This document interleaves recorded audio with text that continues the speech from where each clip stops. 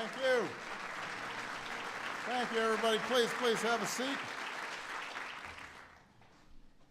Well, hello, everybody.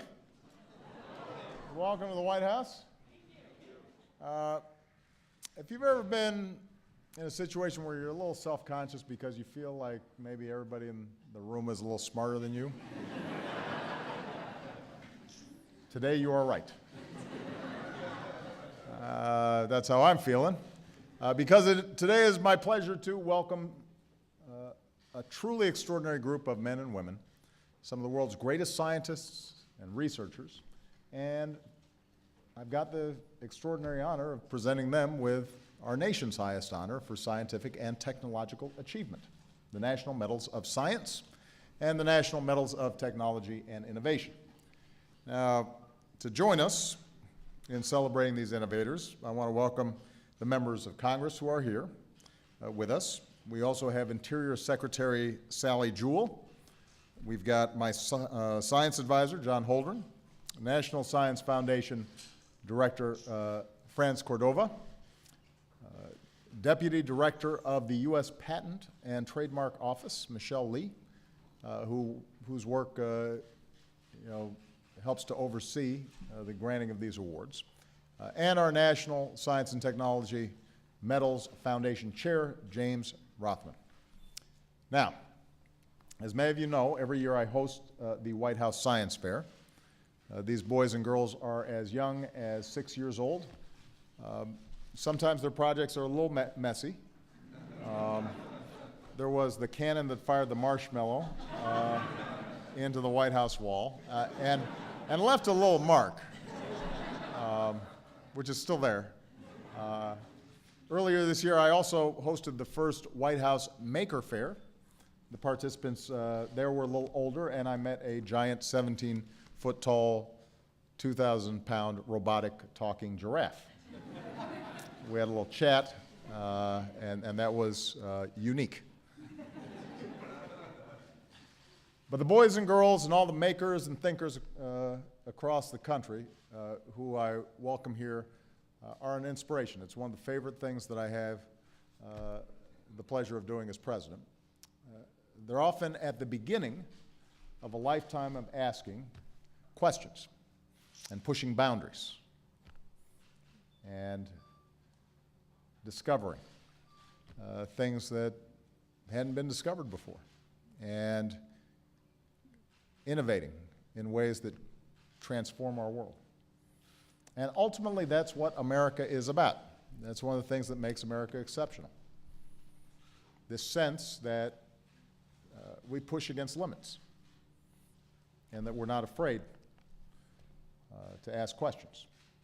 And when that spirit, that sense of possibility, is truly unleashed, then you get the remarkable men and women that you see here today.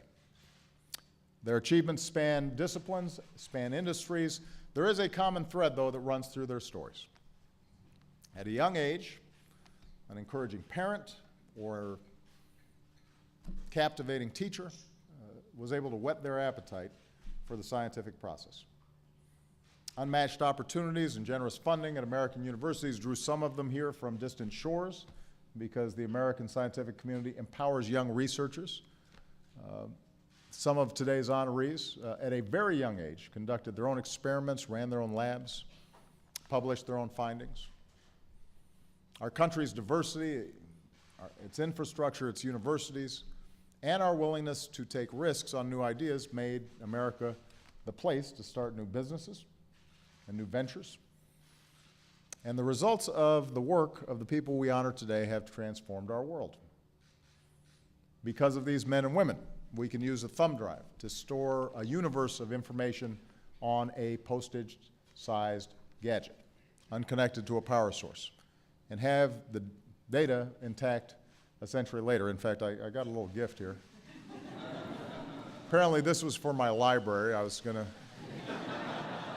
told I could store all my documents on this thing, so I'm keeping it in my pocket. We can manufacture better blood clotting agents and water filtration systems, like those used in the aftermath of the Fukushima nuclear accident. Using breakthrough algorithms, we can model our planet's future climate and the tiny valves in our own hearts. And we can treat cancer, strokes, macular degeneration. In short, because of these innovators, our lives are healthier, our economy is stronger, our future is brighter. Today's honorees are also a reminder of the power of perseverance. They achieved their most meaningful gains when they were optimistic in the face of skepticism and doubt, when they crept out onto that farthest limb and equipped with scientific reason to believe in their own theories, and because they weren't afraid to fail once in a while. They figured that eventually they'd crack open some mystery that hadn't been solved and the world would catch up. So, 1 month after Neil Armstrong landed on the moon, Eli Harari came to America from Israel to study the effects of radiation on electronics in space.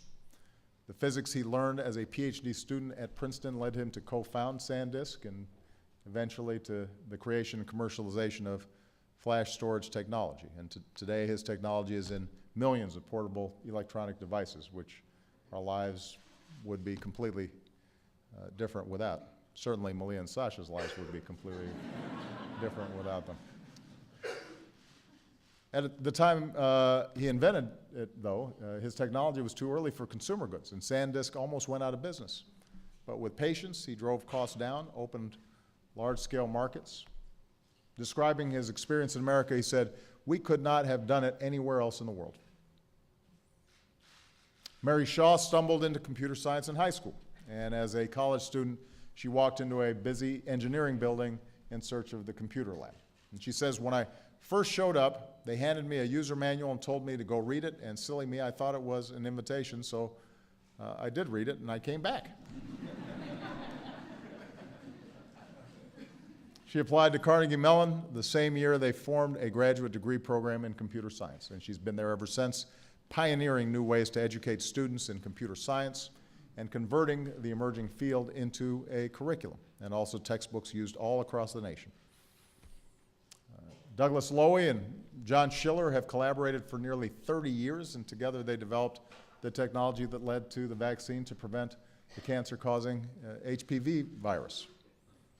When they presented their research to drug companies, many told them that while their data looked good, a vaccine against this sexually transmitted disease just wasn't going to work.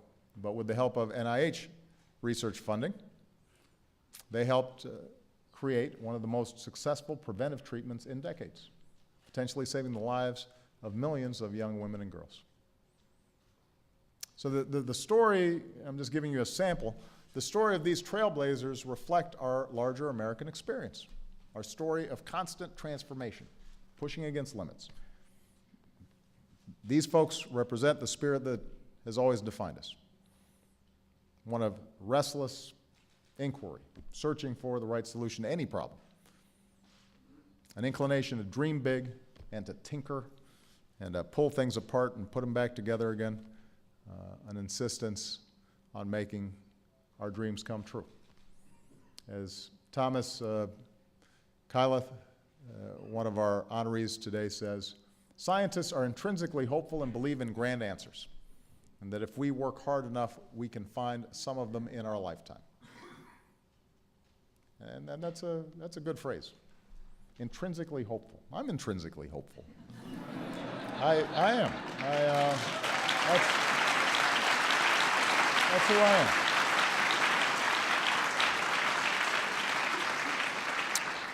That's who we are as a people, as Americans, as a nation. We've had to fight to make stories like the ones here in this room not only possible, but sometimes likely. Now that can't happen when half of our nation's high schools don't offer calculus, and more than a third of our high schools don't offer physics. So that's why we're going to need more science classes on the course schedule. That's why we need teachers with math and science backgrounds, educators who can show their students how chemistry and computer science can open the door to a whole new world. That's why 5 years ago I launched my campaign to get more kids in STEM classes and later set a goal of training 100,000 new STEM teachers over the course of the next decade. Not just to teach, but to teach math and science. And we partnered with 200 organizations like the Carnegie Foundation in New York and AT&T to pursue that goal. Today we're announcing that our many partners will invest an additional $28 million towards increasing the number of STEM teachers in the classroom across the country, and that's worthy of applause. So we need to be focused on that.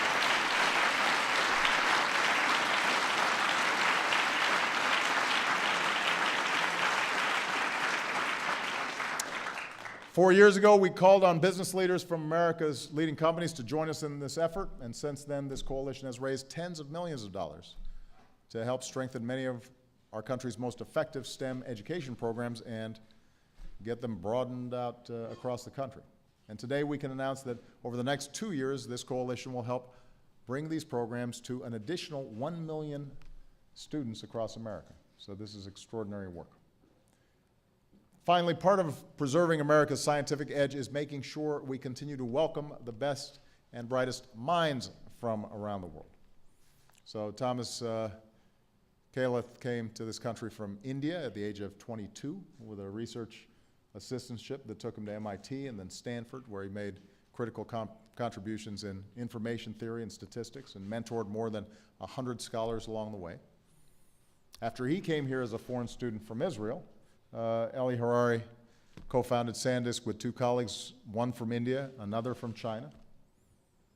Alexandra Chorin, whose accomplishments led to a sea change in the way a generation of mathematicians use computers, sums up his experience this way. I came here as a foreigner on an American fellowship, received the opportunity to study at great schools and work at great universities, and have been treated as if I belonged. Treated as if I belonged. You do belong, because this is America. And we welcome people from all around the world who have that same striving spirit. We're not defined by tribe or bloodlines. We're defined by a creed, an idea. And we want that tradition to continue, but too often we're losing talent because after the enormous investment we make in students and young researchers, we tell them to go home after they graduate.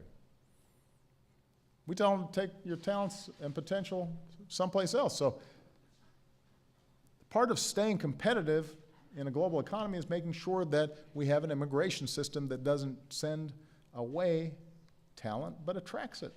We want them to initiate new discoveries and start businesses right here in the United States.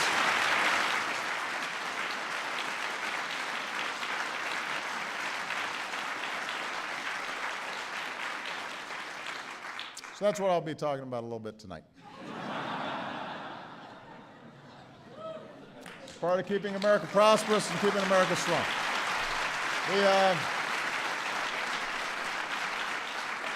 So I want to congratulate these extraordinary men and women for their accomplishments. I want to thank each of you for the contributions that you've made to our country and the world. Your passion, your persistence, your intrinsic hopefulness. And it is now my privilege to present the National Medals of Science and the National Medals of Technology and Innovation. So we're going to read some citations here. Bruce Alberts.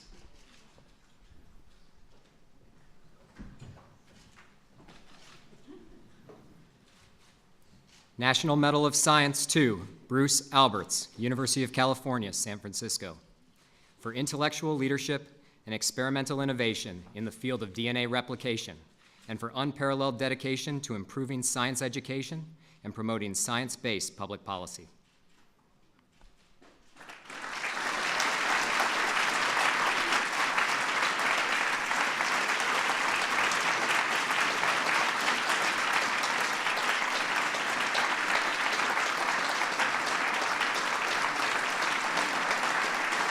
Robert Axelrod.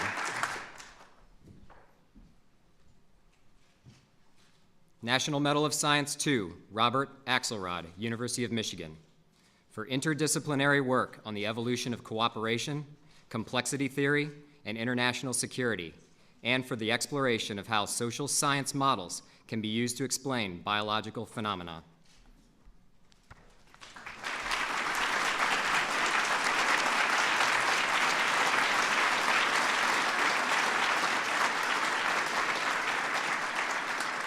May Berenbaum.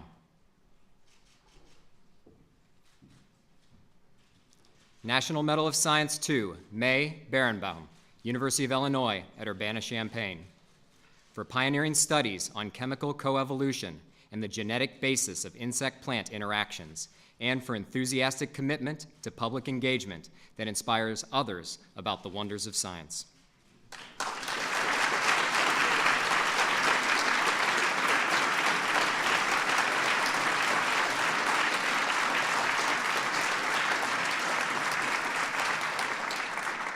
Alexander J. Chorin.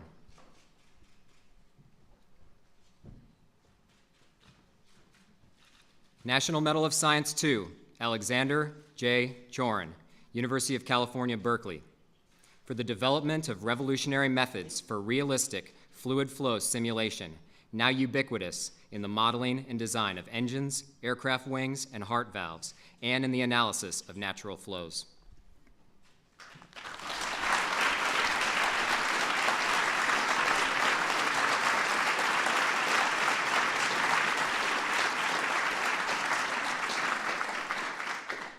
Thomas Kyloth.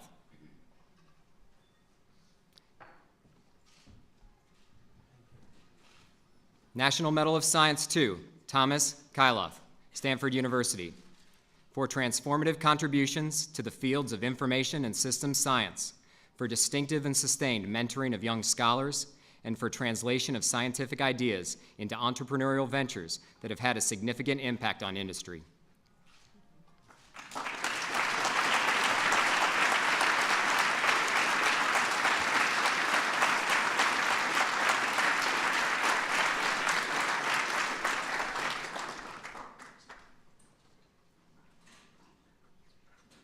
Judith P. Klinman.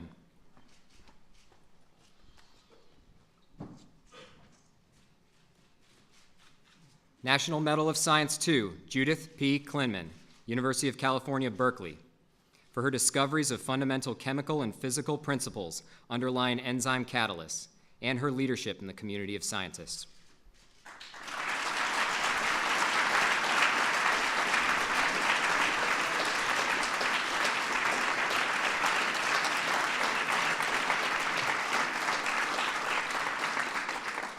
Gerald Meinwald.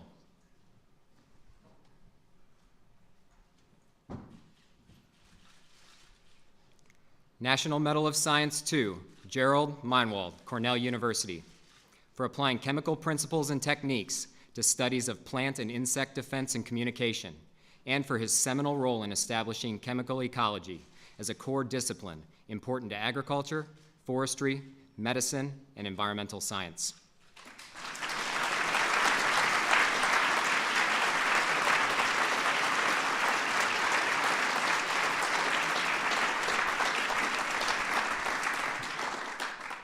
Burton Richter.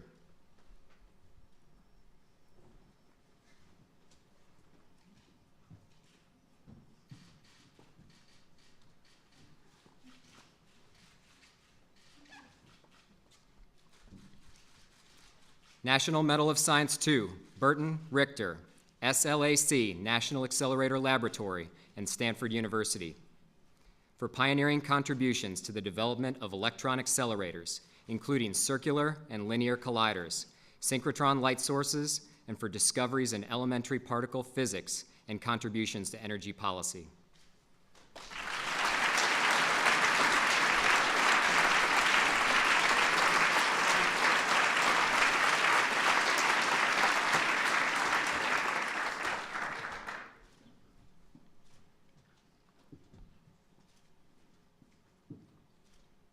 Sean C. Solomon.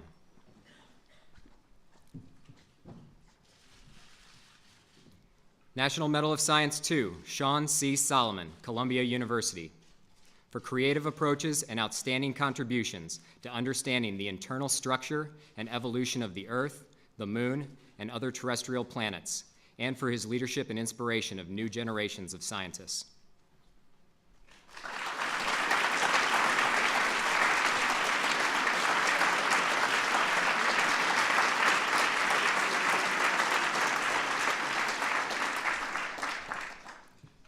Family members will accept on behalf of their father, David Blackwell.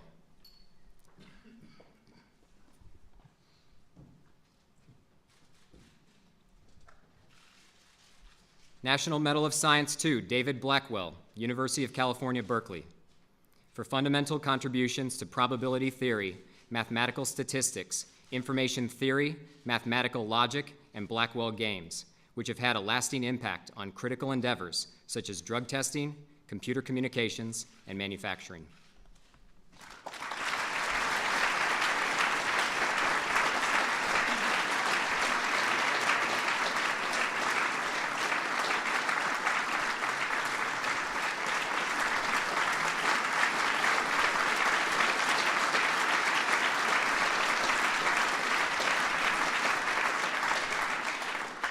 Charles W. Bachman.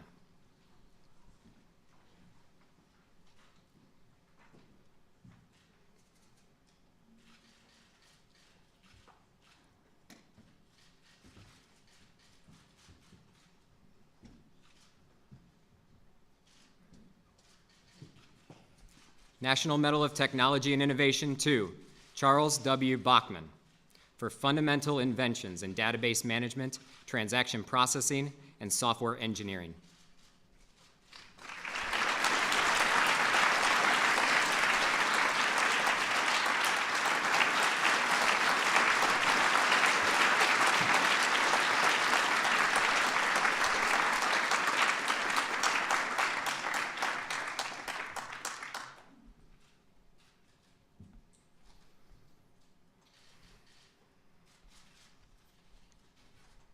Edith M. Flanagan.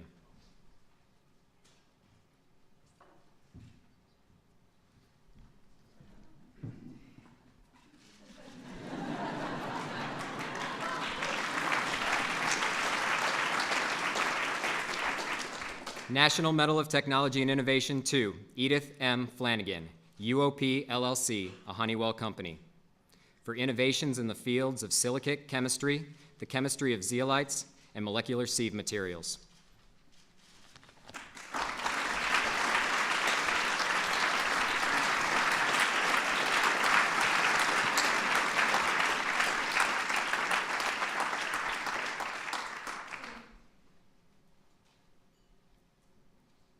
Thomas J. Fogarty.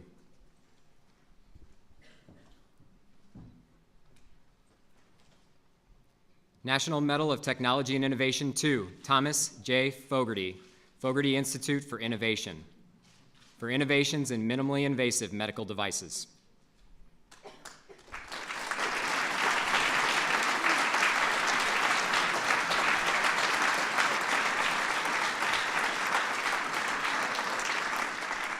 Ellie Harari.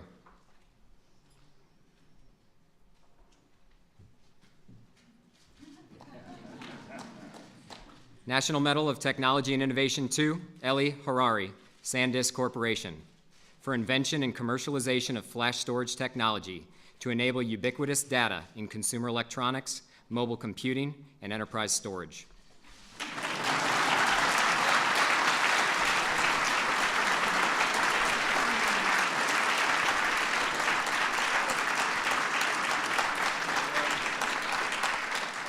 Arthur Levinson.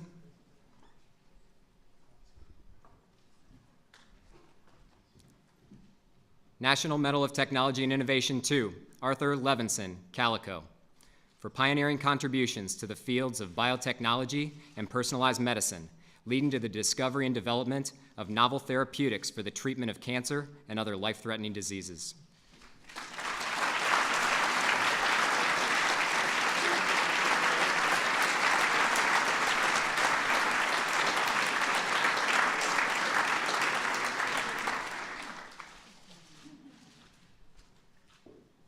Cherry A. Murray.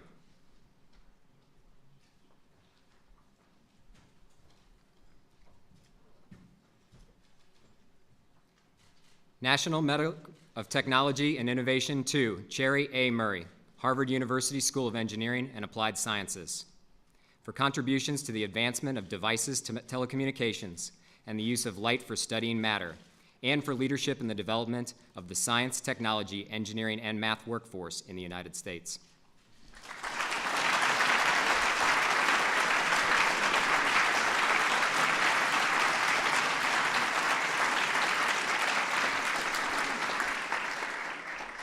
Mary Shaw.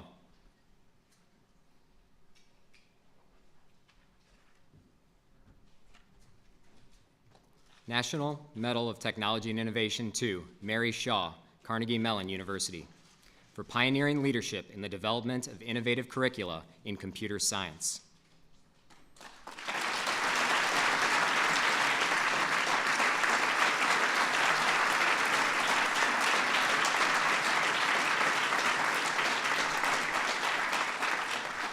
Douglas Lowy and John Schiller.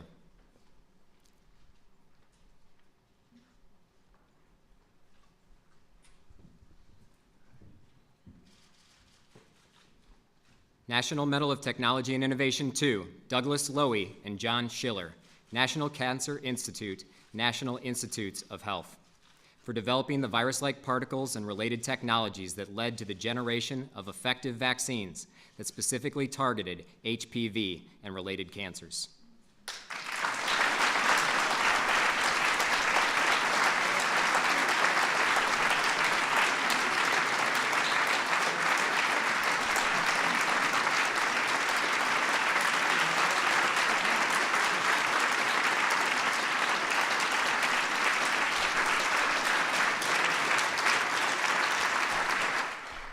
Let's give a big round of applause to all our awardees.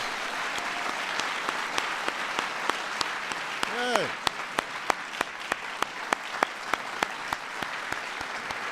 Well,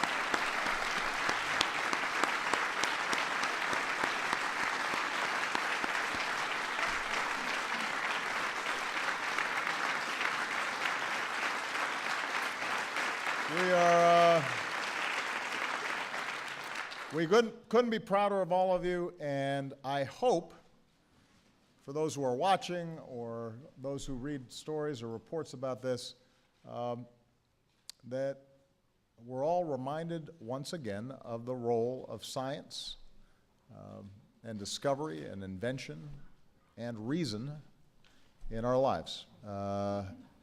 Sometimes, we spend a lot of time lifting up sports heroes, and nobody's a bigger sports fan than I am. We extol the virtues of our singers and our movie stars, and I like entertainment too. But we have to remind ourselves constantly that so much of what has set us apart, economically, culturally, is our commitment to science. And we have to continue to broaden opportunities for young scientists, especially girls and minority students, to enter into the field. And we have to remind them of how exciting it is to be able to shape the world, unlock its secrets, make new stuff. That's who we are. So hopefully, in addition to being able to highlight the extraordinary work of some extraordinary individuals, that we're going to go out there and remind ourselves once again about why science and discovery and invention is so important. All right? I hope all of you have a wonderful reception. I hear the food here is pretty good.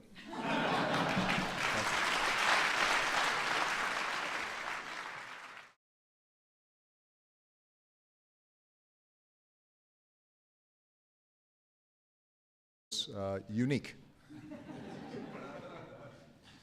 But the boys and girls and all the makers and thinkers across the country who I welcome here are an inspiration. It's one of the favorite things that I have the pleasure of doing as president. They're often at the beginning of a lifetime of asking questions and pushing boundaries and discovering things that hadn't been discovered before and innovating in ways that transform our world. And ultimately, that's what America is about. That's one of the things that makes America exceptional. Thank you. Thank you, everybody. Please have a seat. Oh, hello, everybody. Welcome to the White House. If you've ever been in a situation where you're a little self-conscious because you feel like maybe everybody in the room is a little smarter than you, today you are right. That's how I'm feeling. Today is my pleasure to welcome a truly extraordinary group of men and women, some of the world's greatest scientists and researchers, and I've got the extraordinary honor of presenting them with events that we push against limits and that we're not afraid to ask questions. And when that spirit, that sense of possibility is truly unleashed, then you get the remarkable men and women that you see here today. Their achievements span disciplines, span industries. There is a common thread, though, that runs through their stories. At a young age, an encouraging parent or captivating teacher was able to whet their appetite for the scientific process. Unmatched opportunities and generous funding at American universities drew some of them here from distant shores because the American scientific community empowered our nation's highest honor for scientific and technological achievement, the National Medals of Science and the National Medals of Technology and Innovation. Now, to join us in celebrating these innovators, I want to welcome the members of Congress who are here with us. We also have Interior Secretary Sally Jewell. We've got my science advisor, John Holdren, National Science Foundation Director Franz Cordova, Deputy Director of the U.S. Patent and Trademark Office, Michelle Lee, whose work helps to oversee the granting of these awards, and our National Science and Technology Medals Foundation Chair, James Rothman. Now, as many of you know, every year I host the White House Science Fair. These boys and girls are as young as 6 years old. Sometimes their projects are a little messy. There was the cannon that fired the marshmallow into the White House wall and left a little mark, which is still there. Earlier this year, I also hosted the first White House Maker Fair. The participants there were a little older, and I met a giant 17-foot-tall, 2,000-pound robotic talking giraffe. We had a little chat, and that was